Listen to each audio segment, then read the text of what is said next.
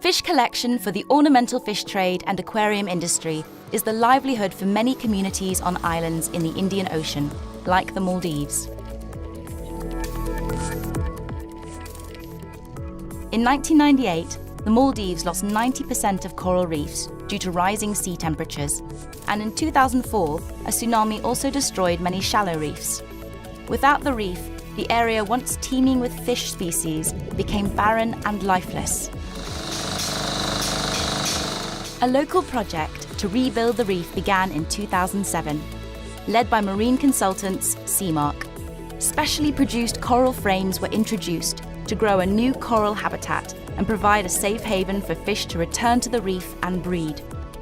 Local communities were then able to manage their sustainable fish collection, knowing exactly where the fish came from and ensuring the process was free from destructive fishing methods.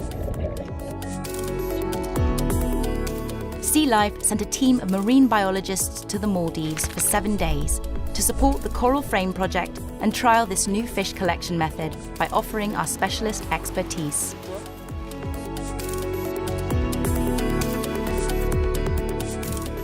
Since 2007, the project has deployed 600 frames in the Maldives. This is a pilot project, but our objective is to develop that all around Maldives, but also all over the world.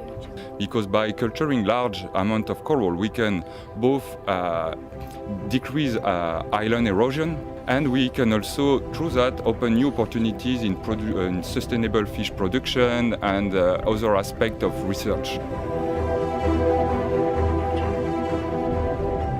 You're actually able to harvest these coral frames. So they found a way of actually winching up the coral frame out of the sea.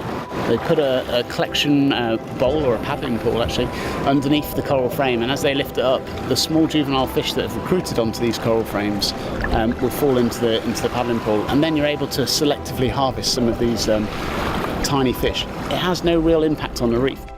We've just got back from harvesting some of the fish off one of the coral frames. And now the guys are just sorting through all the fish, recording exactly what we found on the frame and the frame number.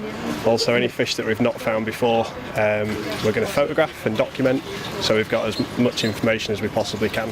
It's important for us to measure the size of the fish because the smaller fish tend to travel a lot better than the larger ones. It's also a good opportunity for us to leave the larger fish in the coral frame so they can repopulate the reefs. This sustainable method of fish collection will allow the new reef habitat to grow over time. The frames encourage fish to return to the reefs and breed. Without the safety and shelter provided by the frames, fish larvae would wash away on currents or be eaten by predators.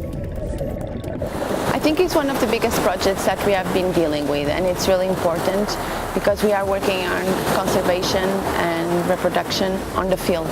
So I think that bringing out all these stories that we get here and hard work that we have been doing, it will be very important for people to see that we do what we say we will do.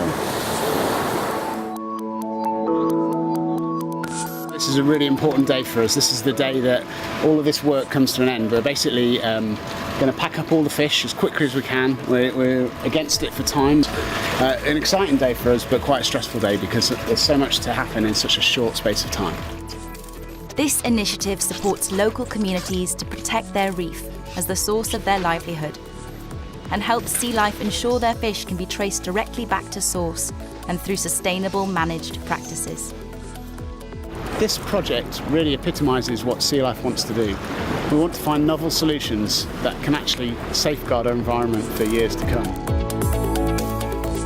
Sea Life's team of Working in the Wild is proud to be able to support communities like these in the Maldives.